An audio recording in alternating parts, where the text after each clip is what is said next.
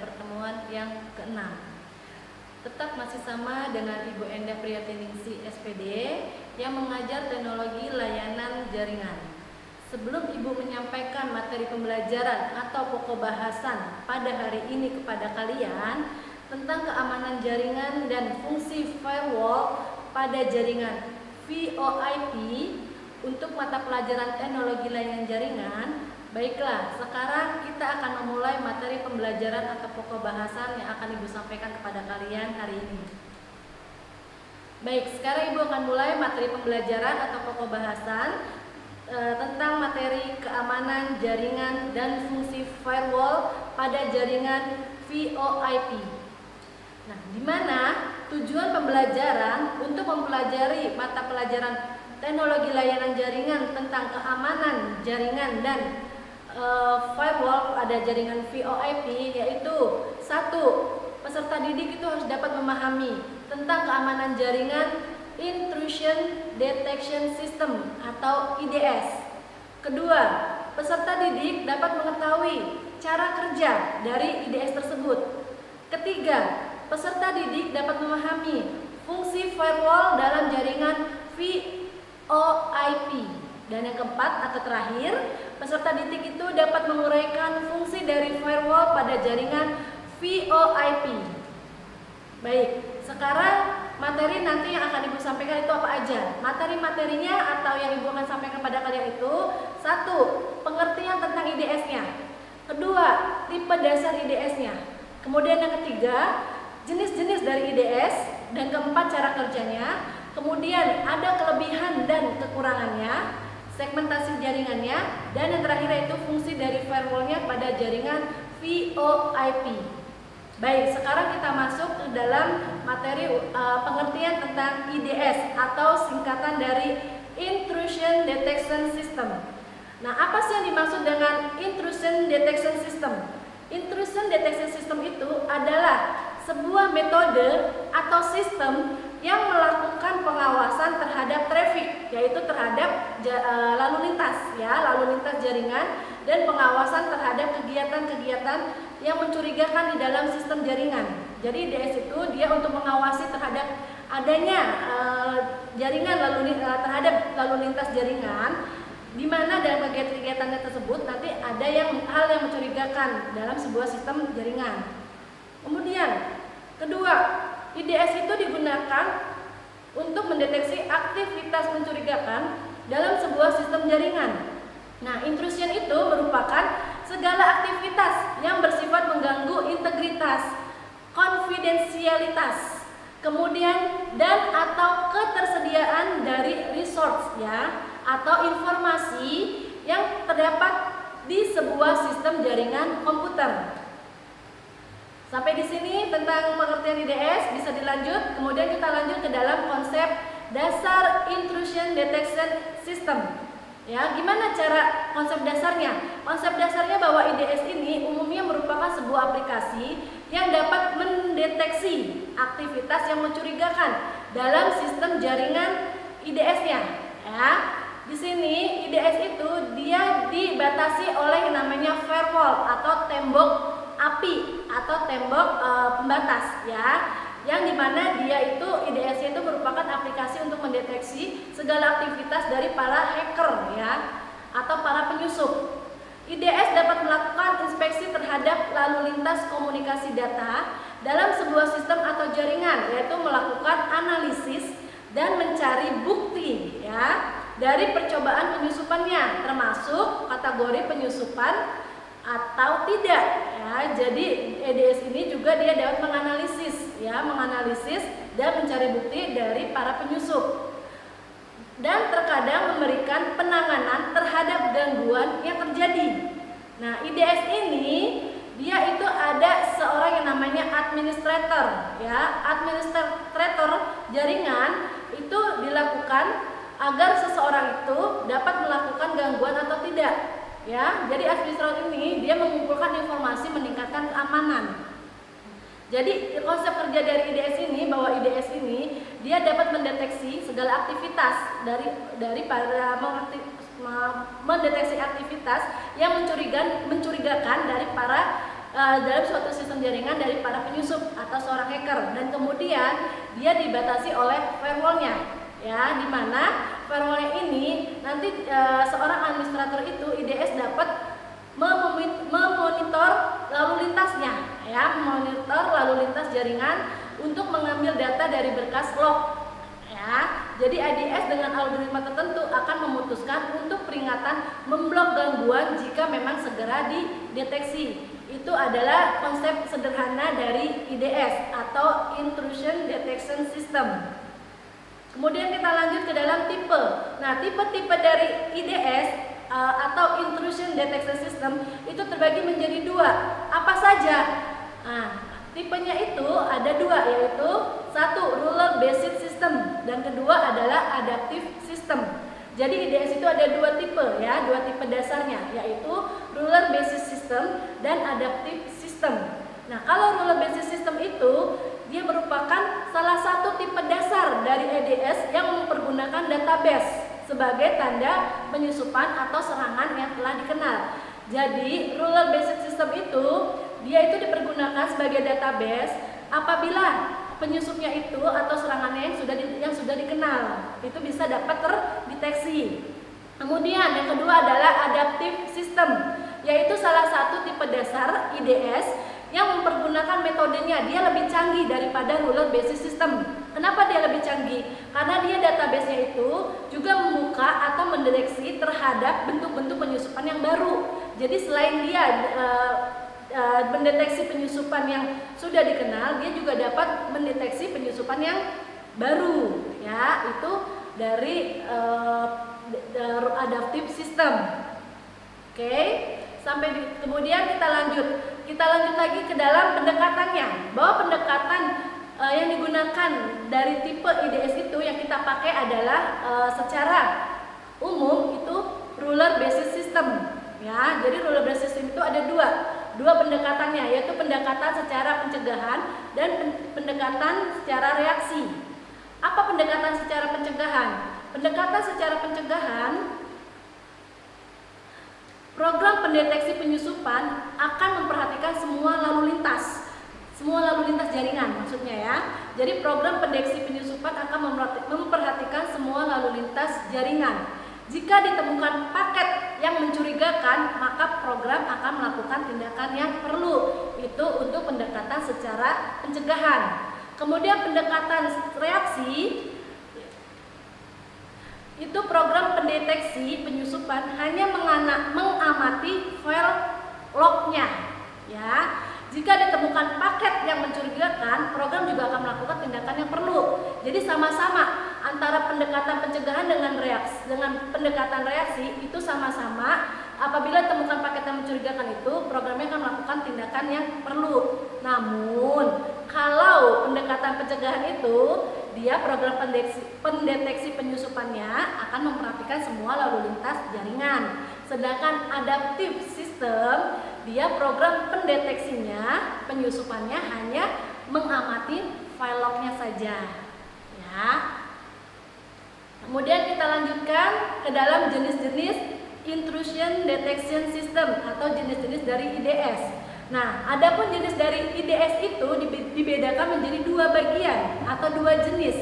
Apa aja dua jenisnya? Yang pertama, Network Based Intrusion Detection System atau disingkatnya dengan NIDS, ya. Kemudian yang kedua adalah Host Based Intrusion Detection System atau HIDS.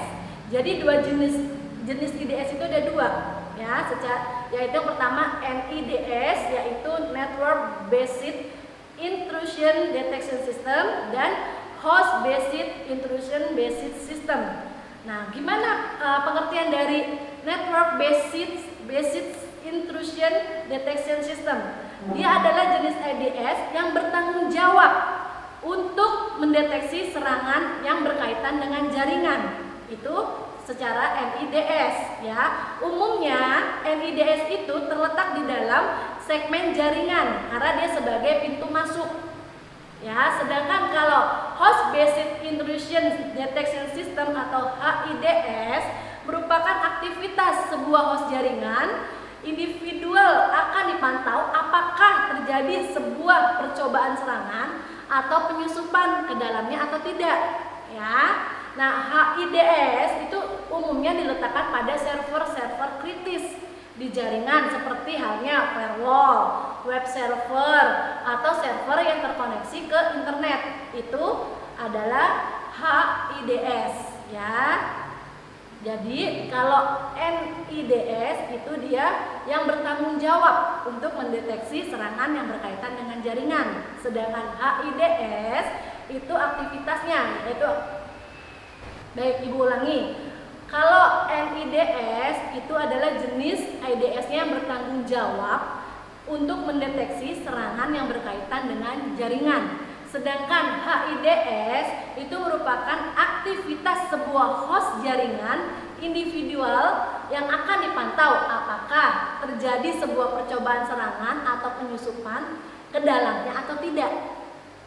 Baik, sampai di sini untuk jenis-jenis IDS bisa dilanjut. Oke, Ibu akan lanjutkan ke selanjutnya, ya. Materi selanjutnya yaitu cara kerja IDS, ya. Cara kerja IDS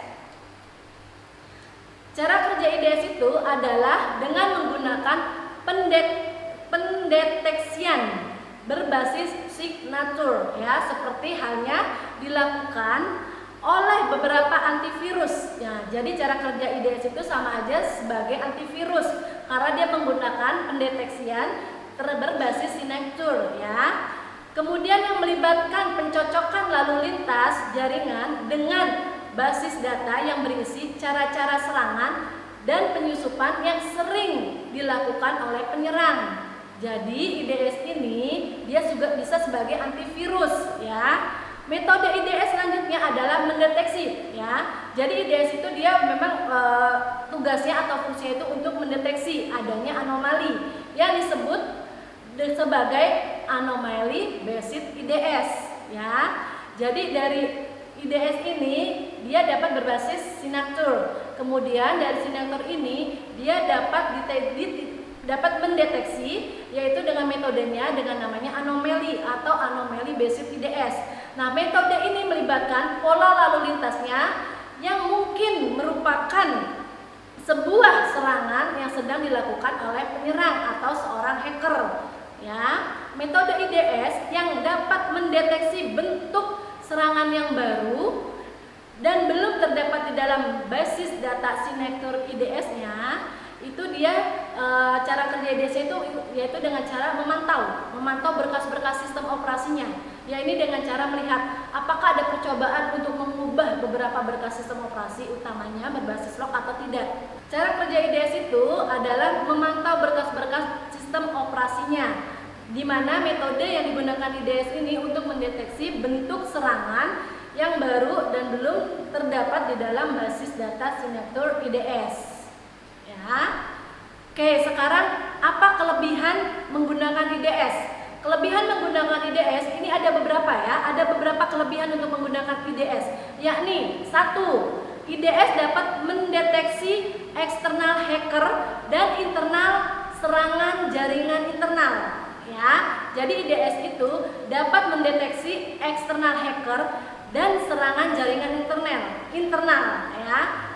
Mendeteksi eksternal hacker itu adalah dia dapat mendeteksi bagi penyusup-penyusup atau hacker-hacker yang masuk ke dalam sebuah jaringan komputer, ya, sebuah jaringan di dalam IDS. Kemudian yang kedua, IDS dapat dikelola secara terpusat dalam menangani serangan yang tersebar dan bersama-sama. Jadi IDS itu dapat dikelola secara bersama-sama dengan secara terpusat, ya. Jadi hanya satu yang dapat menangani serangan itu secara bersamaan dan secara menyebar, ya. Kemudian IDS melacak aktivitas pengguna dari saat masuk hingga saat keluar. Jadi IDS itu dia dapat melacak aktivitas yang masuk dan aktivitas yang keluar, ya. Kemudian IDS menyederhanakan sistem sumber informasi yang kompleks. Jadi IDS itu dapat menyederhanakan sistem sumber informasi yang kompleks. Kemudian IDS memberikan integritas yang besar bagi infrastruktur keamanan lainnya. Dan yang terakhir adalah IDS menyediakan pertahanan pada bagian dalam. Jadi itu tadi IDS itu dibatasi oleh namanya jaringan firewall ya. Jadi dia dapat menyediakan pertahanan karena dia dibatasi oleh firewall. Baik, sekarang adalah kekurangannya. Apa kekurangan dari menggunakan IDS? Nah, kekurangan adapun menggunakan IDS itu adalah sebagai berikut. Satu, dia lebih bereaksi pada serangan daripada mencegahnya. Jadi dia reaksinya hanya berupa serangan aja daripada dia mencegah ya. Kemudian dia rentan terhadap serangan yang rendah dan yang lambat ya. Jadi IDS itu rentan terhadap serangan yang rendah dan lambat. Kemudian dia tidak dapat menangani traffic atau lalu lintas jaringan yang terenkripsi ya. Jadi dia tidak dapat menangani traffic jaringan yang terenkripsi ya. Kemudian IDS tidak menyediakan ya, dia tidak menyediakan penanganan kecelakaan ya. Dan yang terakhir, IDS tidak mengidentifikasi asal dari serangannya ya. Itu adalah kekurangan atau kelemahan dari menggunakan IDS. Baik, selanjutnya adalah mengenai segmentasi jaringannya. Ya, segmentasi jaringan itu dia sebagai keamanan jaringan dalam VoIP. Udah tahu kan singkatan dari VoIP? Berkali-kali Ibu selalu ingatkan, singkatan dari VoIP itu adalah Voice over Internet Protocol ya, dimana dia mencakup beberapa segmentasi jaringan yang tepat, yaitu apa aja? Pertama, network segmentation ya. Yang kedua, out of band network management ya. Kemudian yang ketiga adalah private addressing. Jadi itu ada tiga ya, ada tiga segmentasi dalam jaringan VoIP, yaitu yang pertama network segmentation, yang kedua out of band network management, dan yang ketiga adalah private addressing ya. Sekarang Ibu akan membahas tentang segmentasi jaringan yang pertama, yaitu network segmentation ya. Segmentasi jaringan memberikan, yaitu untuk network segmentation itu segmentasi jaringan memberikan kemampuan untuk merampingkan ya, merampingkan berarti mengecil ya, meramping berarti kecil, dan mengontrol lalu lintas yang mengalir di antara komponen VoIP ya. Segmentasi jaringan berfungsi untuk mengetahui networknya dari suatu IP. Kemudian network ini juga digunakan saat dibutuhkan suatu routing atau pengalihan data antar komputer. Jadi untuk network segmentation atau segmentasi jaringan itu memberikan kemampuan untuk merampingkan dan mengontrol lalu lintas yang mengalir di antara komponen VoIP. Nah, kemudian segmentasi jaringan ini juga berfungsi untuk mengetahui apa? Mengetahui jaringan dari suatu IP, yaitu Internet Protocol. Nah, network ini digunakannya atau dibutuhkannya sebagai routing ya, routing atau pengalihan data antar komputer. Kemudian Ibu akan membahas yang kedua, yaitu out of band network management ya. Out of band network management atau manajemen jaringan ya, itu secara out of band adalah konfigurasi yang dilakukan dengan cara menghubungkan komputer secara langsung dengan port console ya, atau dengan port auxiliary atau disingkat dengan AUX ya. Jadi manajemen jaringan ini merupakan konfigurasi yang dilakukan dengan cara menghubungkan komputer secara langsung dengan port console atau AUX. Nah, dari AUX itu kemudian dari routernya akan dikonfigurasikan. Jadi dari AUX itu dan router akan dikonfigurasikan. Nah, teknisi menggunakan manajemen out of band untuk konfigurasi awal ya. Jadi dia menggunakan out of band network manajemennya itu sebagai konfigurasi awal ya, karena router tidak akan dapat berfungsi di jaringan apabila tidak dikonfigurasikan terlebih dahulu. Jadi makanya router itu dia harus dikonfigurasikan di awalnya, karena kalau dia nanti kalau dia tidak dihubungkan, maka dia tidak dapat berfungsi di jaringan itu. Makanya harus dikonfigurasikan terlebih dahulu. Nah, dalam melakukan manajemen secara out of band itu diperlukan software terminal emulation client yang terinstall di PC atau personal komputer. Nah, yang terakhir segmentasi jaringannya itu adalah private addressing. Ya, private addressing merupakan salah satu segmentasi jaringan atau suatu mekanisme yang digunakan untuk melindungi serangan eksternal. Jadi private addressing ini dia sebagai segmentasi jaringan yang digunakan untuk melindungi serangan dari luar atau eksternal, ya. Pertumbuhan dari eksponensial dari internet private addressing itu kurang lebih pada di awal tahun 1990-an, ya. Dia mengisyaratkan menipisnya alamat IP yang unik secara global. Jadi pada tahun 1990 itu mengisyaratkan menipisnya alamat IP yang unik secara global. Nah, kemudian IETF itu dipublikasikan RFC 1918 ya sebagai alamat alokasi untuk private internet. Jadi private internet ini dipublikasikan oleh RFC 1918. Nah, dengan menggunakan konfigurasi host internal organisasi dengan satu set alamat IP, menggunakan satu set kecil alamat IP untuk lalu lintas rute internetnya, maka penipisan alamat IP, routable internet itu akan melambat. Ya, itu secara private addressing. Kemudian yang terakhir itu adalah fungsi dari firewall. Apa sih fungsi dari firewall pada jaringan VoIP? Nah, fungsi dari firewall dari jaringan VoIP itu ada beberapa.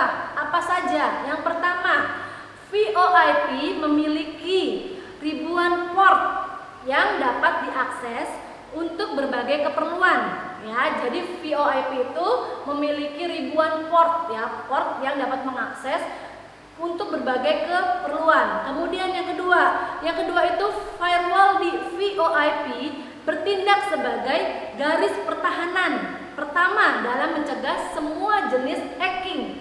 Jadi firewall itu tadi aku bilang, firewall itu sebagai tembok api atau sebagai tembok pertahanan, ya, perlindungan. Jadi firewall di VoIP itu bertindak sebagai garis pertahanan. Yang pertama, ya, dia karena dia sebagai seperti pintu gerbang, ya. Jadi sebagai pertahanan pertama dalam mencegah semua jenis hacking yang masuk, yaitu dari para hacker, ya. Jadi firewall ini bisa diibaratkan sebagai pintu gerbang, ya. Kemudian yang ketiga itu firewall komputer bertugas untuk menutup port-port tersebut kecuali beberapa port yang perlu atau tetap terbuka, ya. Jadi firewall komputer itu dia juga dapat bertugasnya menutup port, ya, terkecuali kalau memang ada beberapa port yang memang harus perlu tetap dibuka atau terbuka. Oke. Kemudian komponen dari software pada firewall. Nah, komponen software tahu kan? Software itu adalah perangkat lunak. Jadi ini adalah komponen perangkat lunak yang terdapat pada firewall.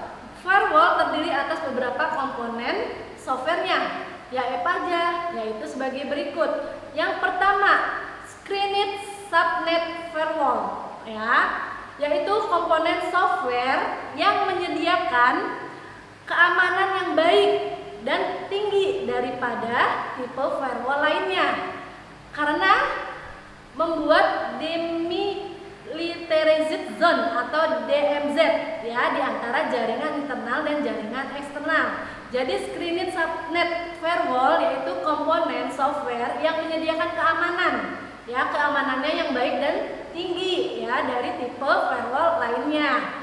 Kemudian yang kedua, screened host firewall, yaitu komponen software yang terdiri atas sebuah bastion host atau host yang berupa application level gateway dan dua router packet filtering, ya. Jadi screened host firewall itu komponen software yang terdiri dari sebuah bastion host ya, atau host yang berupa application level gateway dan 2 router packet filtering ya. Kemudian yang C atau yang ketiga, dual homid gateway firewall, yaitu komponen software yang sedikitnya memiliki 2 IP ya, yaitu 2 IP address dan 2 interface jaringan ya. Jadi dual itu maksudnya adalah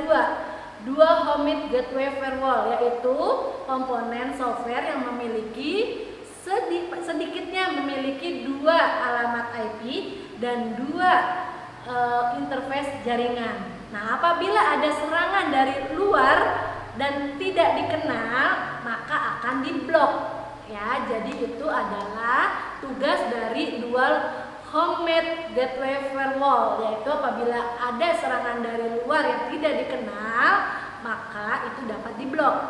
Kemudian yang terakhir adalah packet filtering firewall, yaitu apa? Yaitu komponen software yang terdiri atas router di antara jaringan internal dan eksternal yang aman ya, itu untuk packet filtering firewall. Nah, tipe ini dia untuk menolak dan mengizinkan traffic atau lalu lintasnya. Jadi yang dapat mengizinkan lalu lintasnya atau menolaknya yaitu adalah tugas dari packet filtering firewall ya.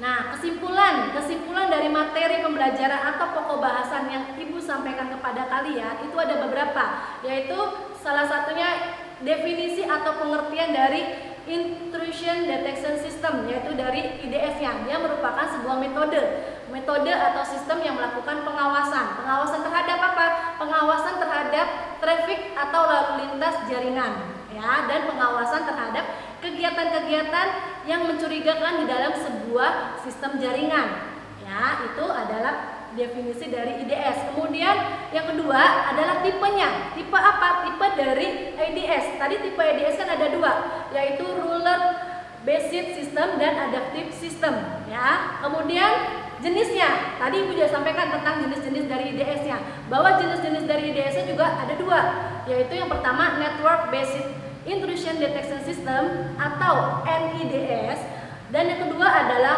host based intrusion detection system atau HIDS ya. Dimana dalam NIDS itu dia itu jenisnya IDS yang bertanggung jawab ya, bertanggung jawab untuk mendeteksi serangan yang berkaitan dengan jaringan. Sedangkan HIDS itu dia diletakkan umumnya pada server di jaringan ya, seperti halnya firewall, web server, kemudian server yang terkoneksi dengan internet. Kemudian dari jaringan tersebut dia berhubungan dengan yang namanya jaringan VoIP. Apa jaringan VoIP? Jaringan VoIP adalah jaringan yang menyediakan layanan multimedia, internet, aplikasi, dan memiliki struktur yang cukup rumit dibanding dengan jaringan komputer. Jadi jaringan VoIP itu jaringan yang memang sangat-sangat rumit. Karena dia apa? Karena dia mempunyai aplikasi atau mempunyai peralatan-peralatan yang khusus ya, peralatan-peralatan yang khusus dibanding dengan jaringan komputer.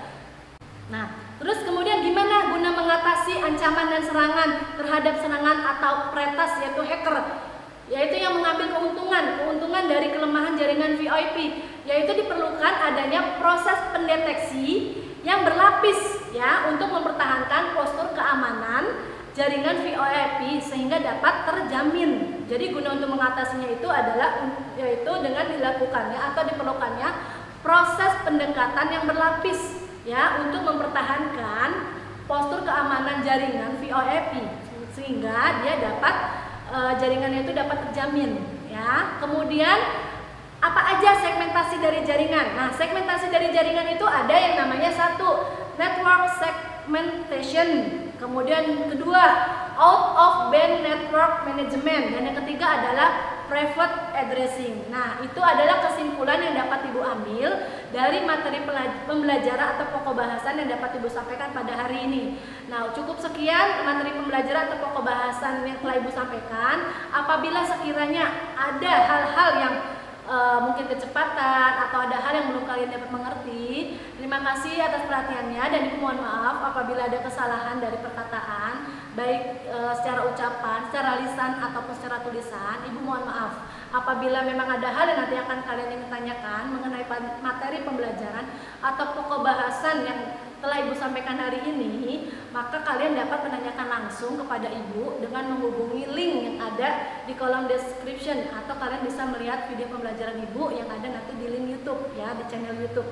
Nah, kemudian kalian juga dapat mengirimkan email langsung kepada Ibu, yaitu di alamat Ibu dengan alamat emailnya endaprihanti5@gmail.com ya. Tapi tetap Ibu ingatkan kepada kalian, tetap kalian selalu jaga kesehatan ya di dalam pandemi Covid ini. Tetap kalian harus selalu memperhatikan ya, memperhatikan satu, keluar itu harus pakai masker ya. Kemudian rajin-rajin cuci tangan ya, baik kalian di dalam maupun di rumah itu harus tetap kalian cuci tangan. Jadi harus kalian memperhatikan yaitu untuk supaya kita menghindari supaya tidak terkena yang namanya COVID-19 atau COVID-19. Baik, cukup sekian pembahasan dari Ibu. Sampai jumpa di pembahasan materi selanjutnya, bahwa ini adalah materi yang terakhir ya. Materi terakhir pada bab 3 di semester ganjil ini. Terima kasih dan wassalamualaikum warahmatullahi wabarakatuh.